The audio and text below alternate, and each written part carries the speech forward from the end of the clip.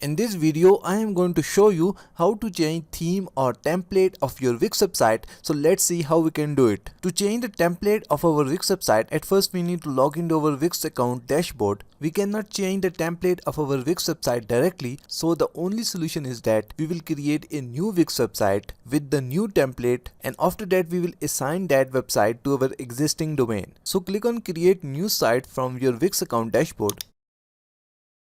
Click on Setup without AI, select your website type and then click on Next. We are going to skip this from here. Click on Continue to Dashboard. Now click on Design Site from the top. Select Pick a Template. Now you need to select a template for your website and then just hover over it and then click on Edit, and in this way your new website will be created with the new template. After creating your new website, go to your Wix account dashboard again. Then from the top right corner, click on your account icon and then click on Domains.